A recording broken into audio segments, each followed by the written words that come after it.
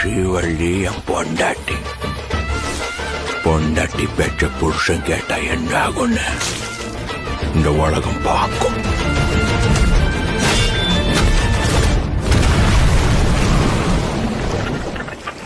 अरे दीवानो मुझे पहचानो.